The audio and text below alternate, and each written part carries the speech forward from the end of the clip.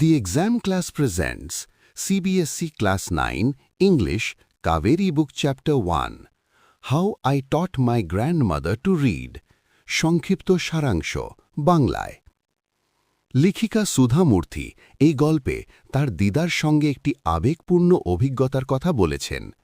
তার দিদা পড়তে লিখতে জানতেন না, কিন্তু গল্প শোনার খুব শখ ছিল। প্রতি সপ্তাহে তিনি তার নাতনির কাছ থেকে গল্প শুনতেন।